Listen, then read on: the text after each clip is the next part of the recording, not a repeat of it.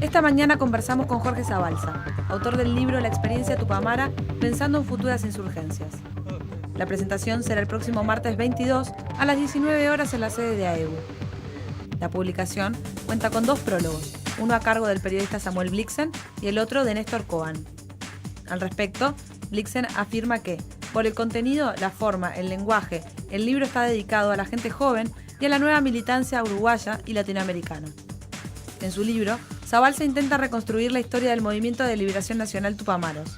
Según Blixen, el autor analiza la derrota de la guerrilla, el papel del MLN en el surgimiento del Frente Amplio y la transformación de la coalición de izquierda.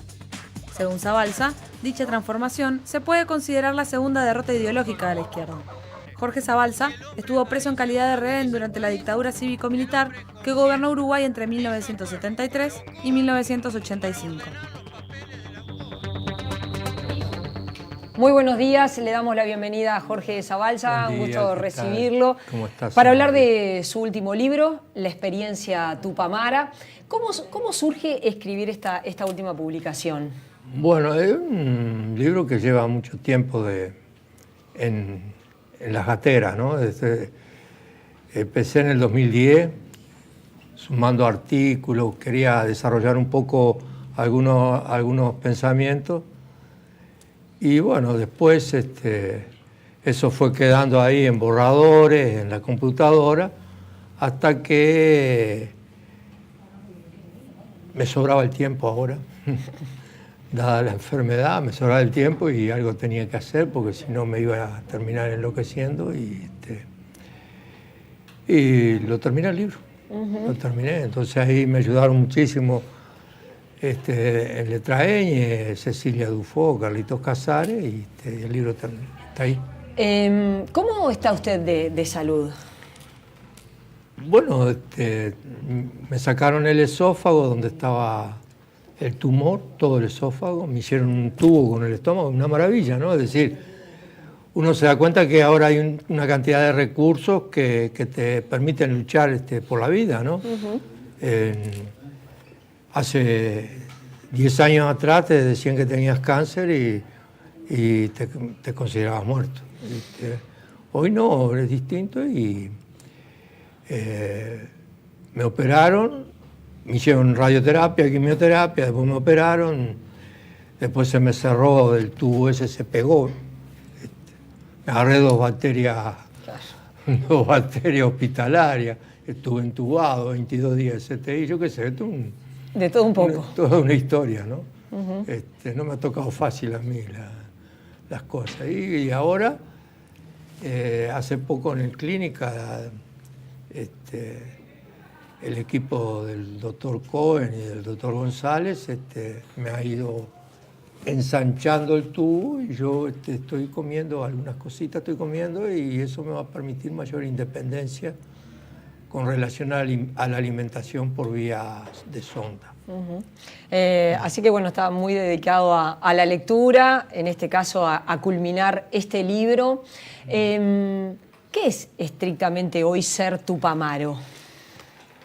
Bueno, es una pregunta, ¿no? Nosotros creo hay de los 3.500 que pasamos por la cárcel de Punta de Rieles, las compañeras y del penal de Libertad, los compañeros, creo que la enorme mayoría estamos desperdigados fuera del Movimiento de Liberación Nacional, lejos del gobierno también, lejos del gobierno. Pero la enorme mayoría, me refiero a un 90 y tanto %, ¿no? Y que mantenemos una mirada crítica sobre la sociedad y sobre la historia, ¿no? Creo que eso es lo que nos caracteriza, sabiendo que hoy en día los cambios como los queríamos nosotros, profundos, una revolución social, sustituir el capitalismo con otra forma de producción más humana, está muy lejos. Todos lo sabemos y en cierta forma somos cultores de un futuro que esperamos que en algún momento se dé. Usted habla de la segunda derrota ideológica de la izquierda. ¿A qué hace referencia? En particular hablo de la segunda derrota del MLN, ¿no? El ideológico, que es lo moral, ¿no? Desde el punto de vista de la ética y de la moral. Cómo nosotros podemos, como gente que luchó por un cambio del sistema, por una revolución, puede acordar con los militares para mantener un pacto de silencio y de ocultamiento de la verdad y la justicia. Yo creo que ese es un retroceso. Podrá sustentarse en una cantidad de argumentaciones políticas, pero desde el punto de vista ético y moral es insostenible. ¿Quiénes son responsables de ese pacto? Fernández Huidobro y José Mujica principalmente, ¿no? En el caso de Fernández Huidobro ha quedado muy en evidencia porque todas las organizaciones de derechos humanos, todas las organizaciones sociales hoy en día están pidiendo que se vaya, ¿no? Porque ha sido muy evidente su compromiso con los criminales acusados de delito de lesa humanidad. En el caso de Mujica no está en evidencia hoy en día, pero es el respaldo que tiene Fernández Huidobro y él que ha compartido toda esta historia, y eso es uno de los motivos del libro, desde 1972 en adelante, ¿no? Entonces, son personalidades diferentes, tienen simpatías populares muy distintas. Uno está, como podríamos decir, odiado por el público, el gran público, el otro es amado en Europa y en toda América Latina, pero comparten ambos la degradación moral en este sentido, ¿no? ¿Cómo lo vive usted personalmente? Porque seguramente para usted también tiene que tener su impacto desde el punto de vista humano, tener esta forma de ver y de sentir y de pensar de dos compañeros suyos con los que atravesaron tantos momentos, con los que compartieron tanto, sí, y con los que sufrieron tanto, porque ellos también fueron rehenes de la dictadura. Claro, por supuesto. En principio yo tenía lazos personales mucho más fuertes con Huidobro que con Mujica, pero con ambos, ¿no? Con Huidobro compartimos muchas horas de celda, los dos juntos, ¿no? Yo en principio como que uno no puede creer y uno empieza a ver cosas y a sospechar y no puede creer. Es como si te estuvieran engañando en la pareja, ¿no? Como que no podés creer hasta que un día empezás a manejar las evidencias y bueno, no tenés más remedio. Y viene una desilusión muy profunda, ¿no? Porque qué más que desearía uno que mantener aquella amistad, solidaridad, fraternidad, poder seguir yo sé que, por ejemplo, se reúnen los rehenes y yo no estoy, ¿no? Y no estoy por una decisión personal, ¿no? Porque no puedo compartir la mesa sin hablar de las cosas que duelen. Respecto a lo que es hoy nuestro país, en clave regional, ¿cómo observó las elecciones en Argentina? Lo que le pasó al gobierno de Nicolás Maduro en Venezuela, lo que está pasando también en Brasil, por empezar. Y en Chile, ¿no? Y en Chile. Y en Chile, pues nos olvidamos de Chile, y que es además tal vez el lugar donde el progresismo se ha ido agotando más y más, ¿no? Comenzó el proceso y bueno, yo creo que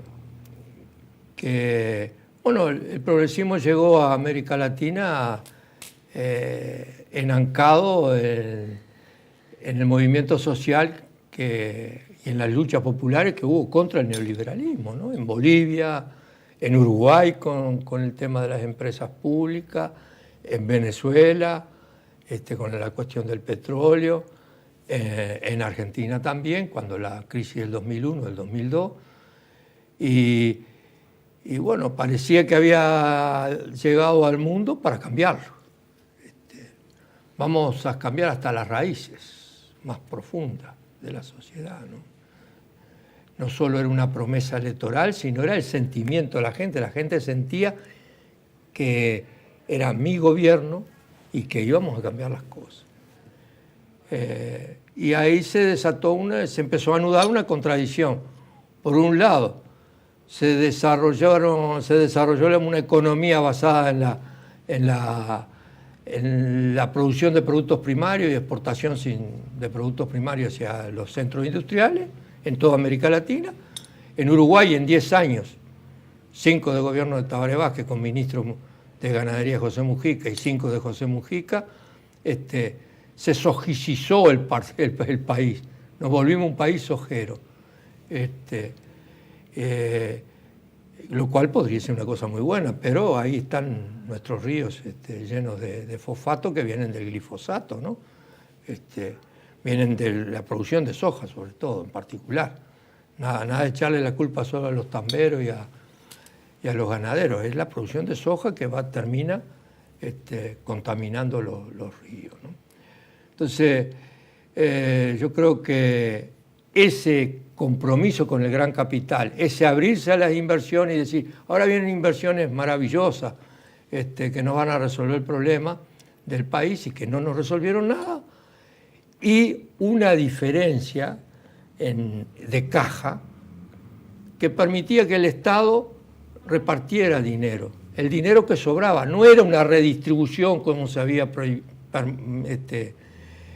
prometido, porque redistribuir es sacarles a uno para darles a otro. Acá no, acá sobraba el dinero que había entrado del exterior por la venta de soja, de carne, de leche y de celulosa, y eso se repartía de una manera más equitativa.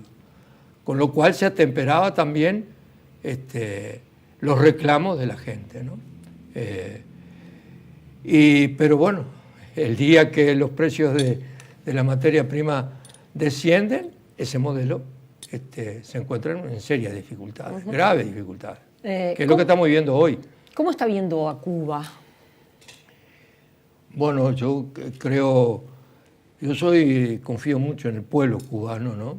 Es decir, yo digo, como yo estuve en Cuba en el año 67, después no fui más, cómo ese pueblo se ha mantenido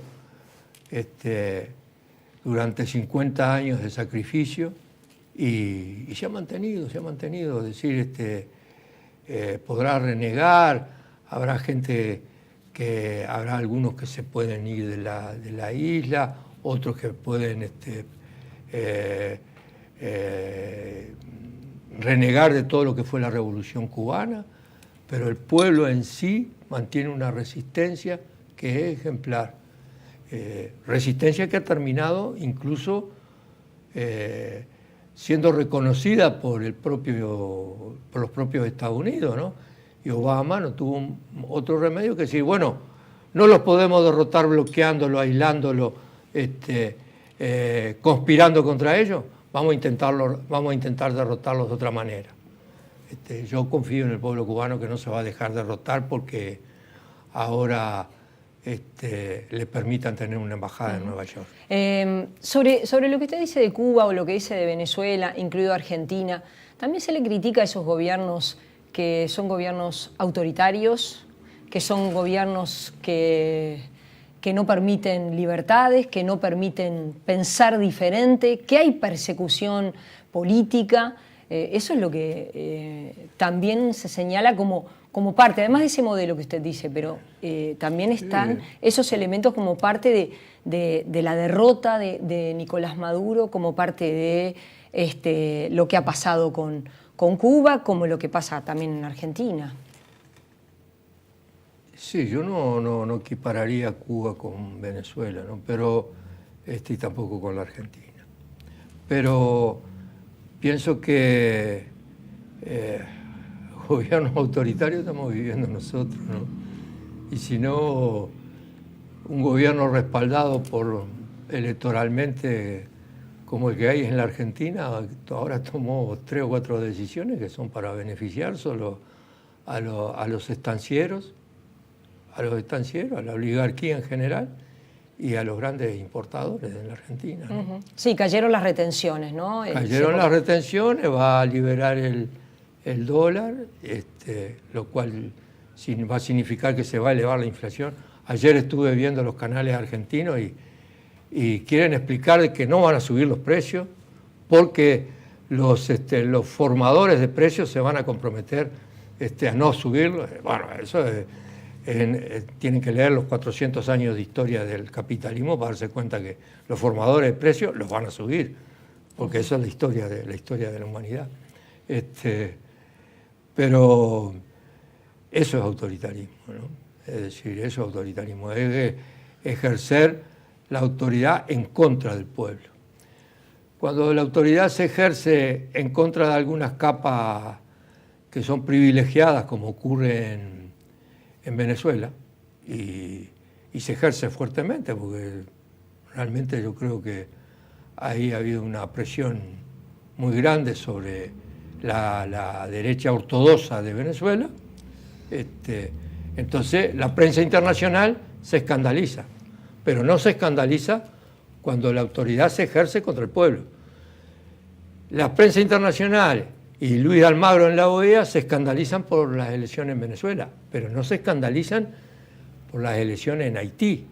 Y en Haití, el 13 de diciembre, The New York Times sacó un editorial diciendo de que hay fraude, de que hubo fraude y de que hay un gobierno sumamente autoritario contra el pueblo, hay represión contra el pueblo. Y sobre eso no se habla, sobre eso la gran prensa no habla, sobre eso la OEA no habla, sobre eso Luis Almagro se calla la boca. Usted ha dicho el gobierno del Frente Amplio, el modelo del Frente Amplio se agotó. Y en estas últimas horas se conoció una declaración del Partido por la Victoria del Pueblo, integrante del Frente Amplio, en la que señala que este modelo, lo leo textual, el modelo de crecimiento económico y distribución de la riqueza sin afectar los intereses del capital, desarrollando hasta el momento por los gobiernos del Frente Amplio, se está agotando.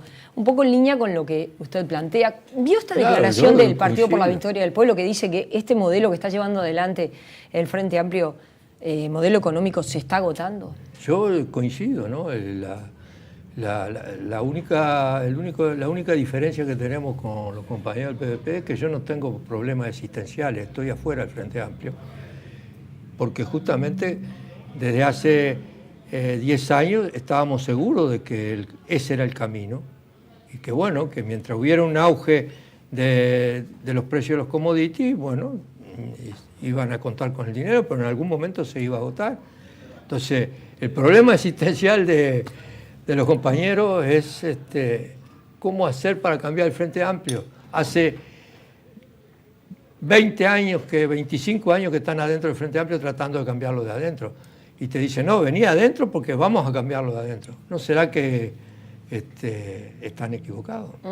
El tema siempre también uno se pregunta cómo, en un contexto de mundo capitalista, cómo transformar esa realidad o cómo construir ese otro modelo que usted dice, bueno, no debe estar basado solamente en la venta de materias primas, en el ingreso de la inversión extranjera. ¿Cómo? Sí, ¿Y en dónde ha funcionado otra cosa? Yo creo que sí, que nosotros, por lo menos aquellos que creímos que tocábamos el cielo con las manos en los años 70, hoy en día por lo menos sabemos lo que no queremos, ¿no? No queremos una Unión Soviética, no queremos una economía como la que hubo en la Unión Soviética y no queremos el estalinismo como sistema político. Lo tenemos claro. La cuestión es que lo otro que hemos aprendido después de tanta reja y de tanto palo, o sea que éramos bien cabeza dura y nos costó aprender mucho, lo que hemos aprendido es que son los pueblos los que deben levantarse y entender, comprender que necesitan cambiar ese sistema, comprender de que deben sacarse de encima el capitalismo y buscar otro sistema de producción, otro sistema político, que son los propios pueblos, y que eso es lento, es un Big Bang que se produce, son estallidos como los que se produjeron en la Argentina en el 2001, 2002, que después, bueno, no tuvieron otro fin, son estallidos como los que se produjeron en Venezuela, que terminaron elevando a Hugo Chávez. Pero nosotros confiamos en el pueblo uruguayo, porque el pueblo uruguayo tiene reserva de dignidad, y si no, hay que ver la reacción del movimiento popular contra el decreto de esencialidad. Un decretazo contra... En la educación. En la educación, ¿no? Un decretazo contra un movimiento que era muy justo, que hacía reclamos muy justos, y la gente acompañó y el gobierno tuvo que retroceder. Es decir, el pueblo uruguayo tiene reserva de dignidad y de combatividad en sí. ¿Le resulta interesante la figura del Papa Francisco? Bueno, sí, yo creo que es interesante que se haya ocultado su pasado, ¿no? Es decir, y que él haya asumido una postura que, bueno, dentro de la Iglesia significa un cambio muy profundo, porque su discurso, yo no sé si cambió la Iglesia, ¿no? Porque eso además es un mal de los tiempos modernos, ¿no? Del siglo XXI. Te cambian el discurso y entonces se sale en la televisión y se hace una cosa muy linda, pero la institución como tal sigue siendo igual. Son cosas importantes, su compromiso con los pueblos del tercer mundo, me parece muy importante el haber ido. Me parece importante el haber admitido todo el tema de la pedofilia y haberlo combatido. Me parece muy importante que se haga público eso. Pero bueno, yo quisiera saber si la Iglesia, si el Vaticano no sigue siendo el Vaticano. Jorge Zabalza, gracias por haber venido. Les recordamos a todos que la experiencia Tupamara, pensando en futuras insurgencias, se va a estar presentando el próximo martes 22 en el Teatro de AEBU, 19:30, y los organizadores piden puntualidad. Bueno, gracias por haber venido, ha sido un gusto recibirlo. Un pasaje de la entrevista va a estar en el portal TNU. Ahora continuamos con la mañana.